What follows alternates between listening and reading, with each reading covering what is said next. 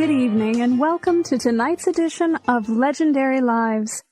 Our subject this evening is James Dean, actor and hero for the young people of his time. Edward Murray is the author of a new biography of Dean. Good evening, Edward. Hello, Tina. Edward, tell us what you know about Dean's early life.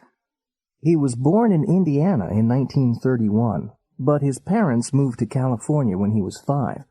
He wasn't there long, though, because his mother passed away just 4 years later. Jimmy's father sent him back to Indiana after that to live with his aunt and uncle. He was pretty active there. He played baseball and basketball, rode horses, and played ice hockey. He used to ride his motorcycle all over the farmers' fields, speeding and chasing cows. So how did he get into acting? Well, first, he acted in school plays at his high school, where he won a drama award. He also won art and sports awards in high school, and a speech contest, too.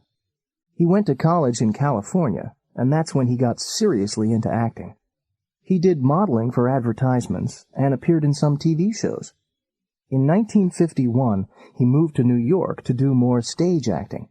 In fact, he won an award as Most Promising Newcomer for 1954. Well, when did the movie career really start then? 1955. His first starring role was in East of Eden. It was fabulous. James Dean became a huge success. But the movie that really made him famous was his second one, Rebel Without a Cause. That was about teenagers who felt like they didn't fit into society. So how many more movies did he make? Just one more. Then he died in that car crash in California in 1955. He loved driving fast. In fact, he was driving his Porsche on his way to take part in a car race when he died. What a tragedy. He only made 3 movies. So what made him the legend he still is today?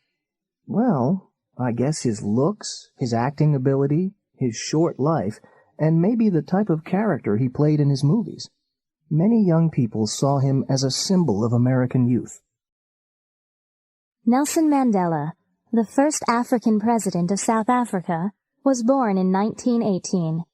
Both his elementary and high school education took place at schools run by a church.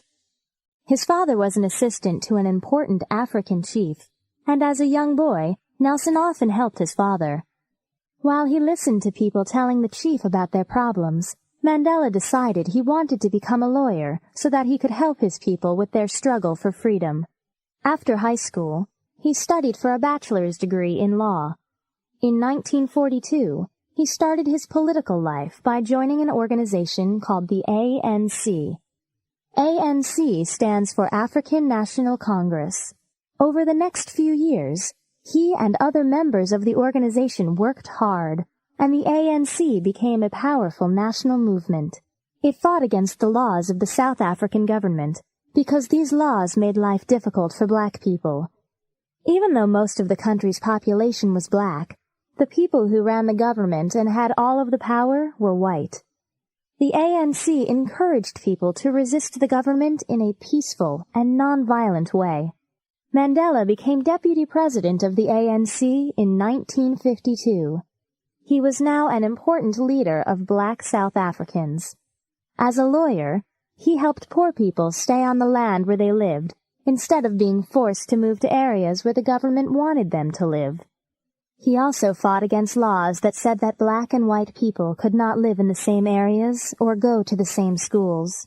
During the early 1960s, the government began watching Mandela carefully, and he was soon arrested. He was sentenced to life in prison in 1964. He was not released from prison until 1990. Even while he was in prison, he inspired people in his own country and others all over the world. After he was released, Mandela continued to try to achieve the goals he had set almost 40 years earlier. In 1994, he became the first democratically elected state president of South Africa. He remained president until he retired in 1999. Today, the world remembers him as South Africa's best-known and best